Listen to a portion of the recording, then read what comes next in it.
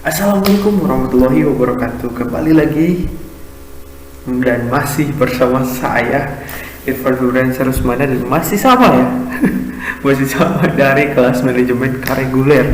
Saya belum pindah kelas sampai sekarang dan mungkin sampai kapanpun selama berkuliah di Universitas Galuh mungkin saya tidak akan pindah kelas lagi karena memang sudah kagok ya.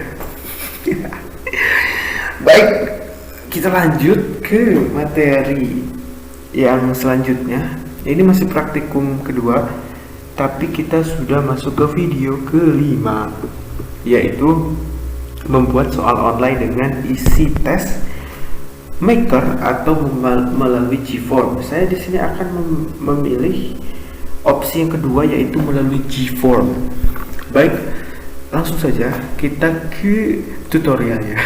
Yang pertama di sini sebelum kalian masuk ke Gform atau membuat Gform ya, di sini kalian kalau misalkan menggunakan browser atau sistem operasi yang sama seperti saya yaitu Chrome, kalian di sini harus masuk atau login atau sign in dulu ke akun Google kalian ya. Di sini kalian harus sign up atau sign in atau login. Kalau misalkan sudah, kalian klik ini kotak-kotak 6 ini yang bernama Google Apps. Klik, lalu di sini kalian klik Drive ya. Di sini kalian klik Drive.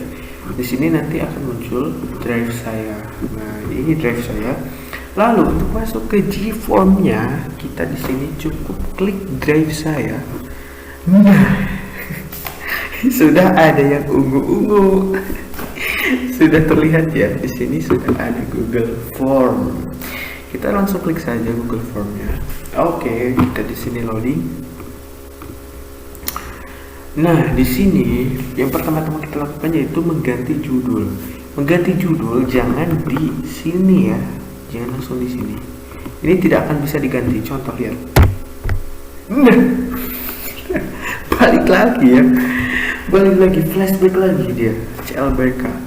Nah, tapi di sini kita langsung ke pojok kiri atas. Nah, ini di sini baru bisa kita mengubah judul ya. Sini misalkan saya akan memberi contoh sedikit saja, yaitu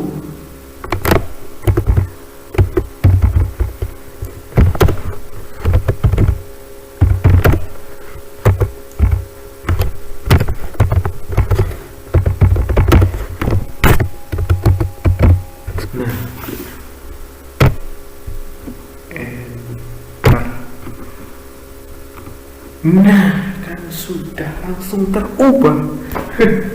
Sudah langsung terubah di sini. Nah, selanjutnya di sini Anda boleh tambahkan deskripsi formulir jika perlu ya. Tapi di sini saya tidak akan menambahkan deskripsi formulir karena itu tidak perlu. Ini hanya sebagai contoh saja.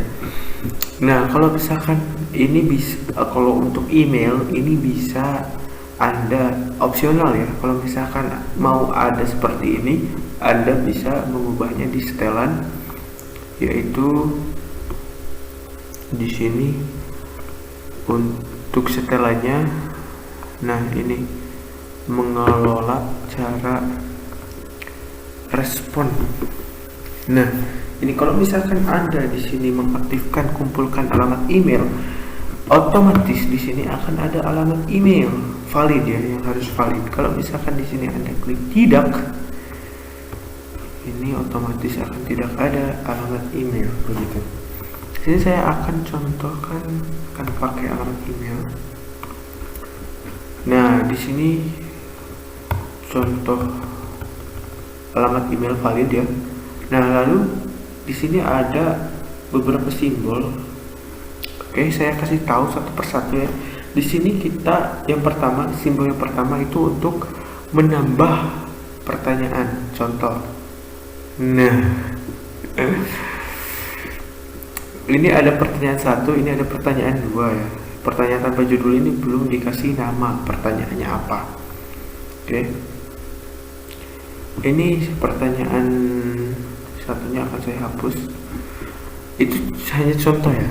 Nah, terus di sini ada yang namanya impor pertanyaan. Impor pertanyaan itu jikalau Anda sudah punya daftar pertanyaan yang Anda sudah rancang, Anda sudah susun sebelumnya, entah itu di catatan atau di Word atau di mana, Anda bisa memindahkan pertanyaan tersebut dengan cara impor pertanyaan ya. Nah, ini kan sudah ada ya.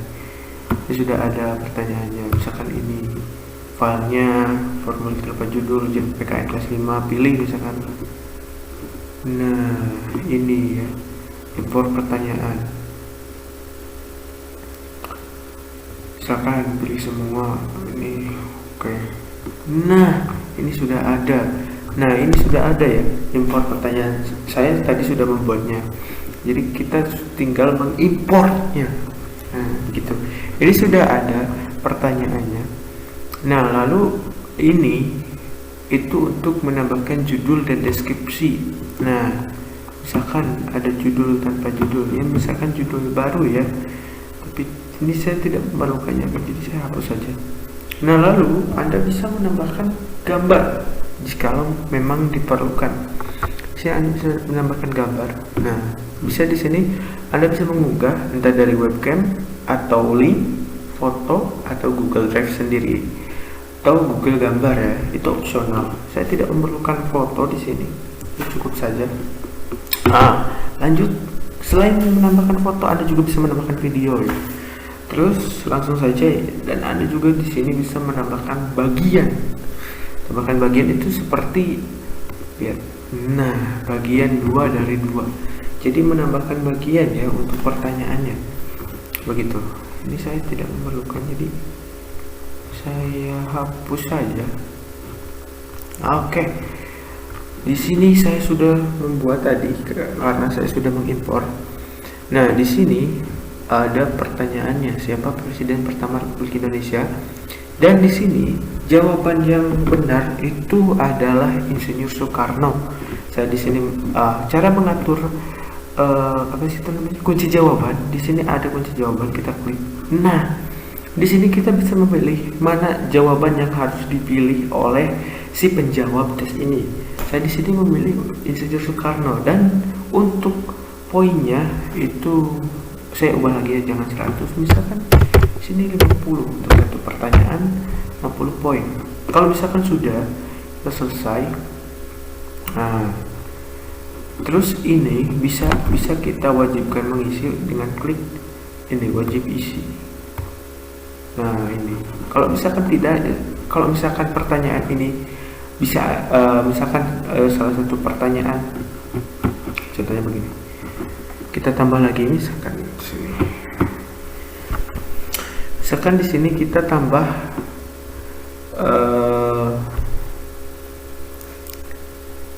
siapakah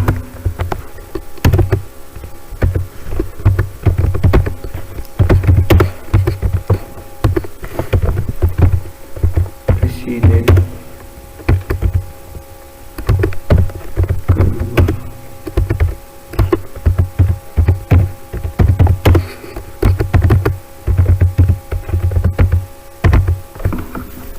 Indonesia. Nah, di sini kita masih pilihan ganda ya, kita memakai pilihan ganda. Di sini opsinya, opsi pertama misalkan Soeharto.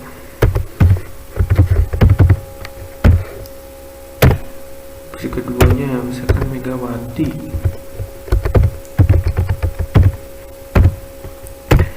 Opsi ketiganya misalkan Sukim.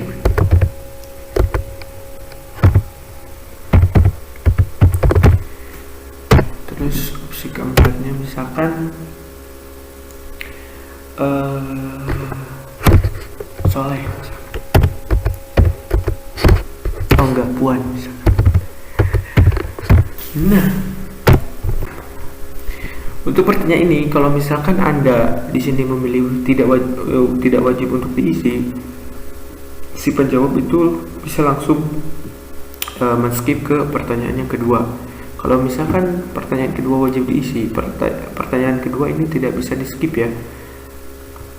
Tidak bisa di-skip ke pertanyaan ketiga dan selanjutnya. Untuk kunci jawaban juga sama ya.